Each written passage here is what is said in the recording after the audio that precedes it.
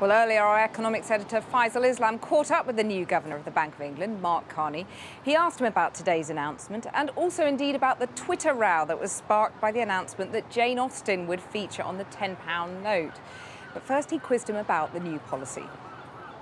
We won't even begin to think about raising interest rates until we see the unemployment rate go to 7%. Now, the unemployment rate is about 7.8% right now. So we need to make considerable progress over the course of the next 3 years with normal growth in the labor force. That's considerably more than 750,000 new jobs that would have to be added. Now, your predecessor told savers that these 0.5% historic lows in interest rates were an emergency to stave off a depression, and now they're being told this is kind of like a almost semi-permanent state, or at the best part of a decade they will have been. What's your message to those savers that are going to suffer even longer now?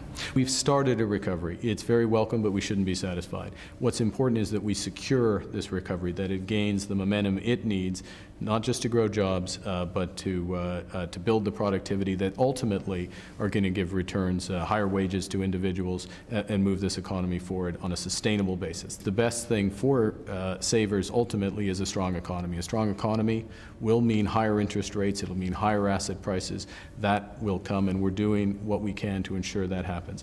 The second thing is we need to get inflation back to target. It's been above target for the best part of 5 years, and we're charting out a path to bring it back to target over the course of the next 2 years. That will also help savers.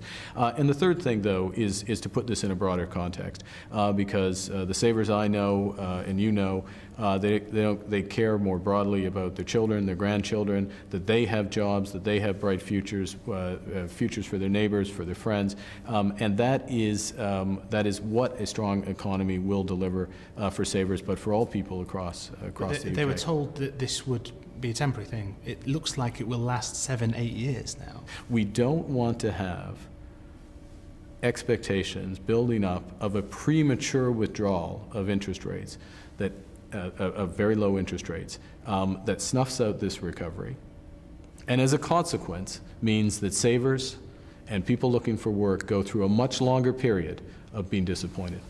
The Chancellor wanted this. The Chancellor will be giving speeches saying that interest rates won't go up till the election unless we create 750,000 new jobs. He appointed you. Is the Bank of England less independent today than it was 24 years ago? Absolutely not. The bank, this is an independent decision of the Monetary Policy Committee. There are 9 independent individuals who looked at, in the context of our remit, which is to achieve the 2% inflation target, and to do so with due regard to output and employment. We put in place something that provides greater certainty, that complements all those other policies that will help drive a path and is appropriately disciplined by these inflation and financial stability knockouts. Something that will drive a path to a secure recovery, help support a secure recovery, and bring inflation back to target over the course of the next couple of years. And that is our primary responsibility, and nobody in this building, least of all me, is confused about that. You launched this new Jane Austen £10 note.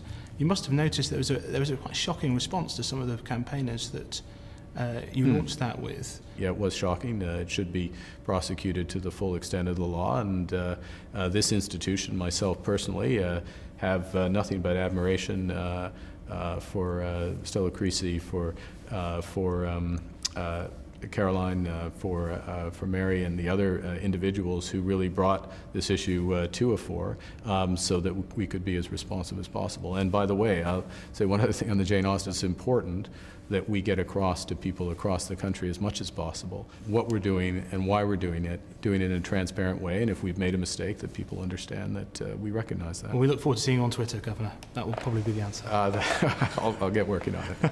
Thank you. Much appreciated.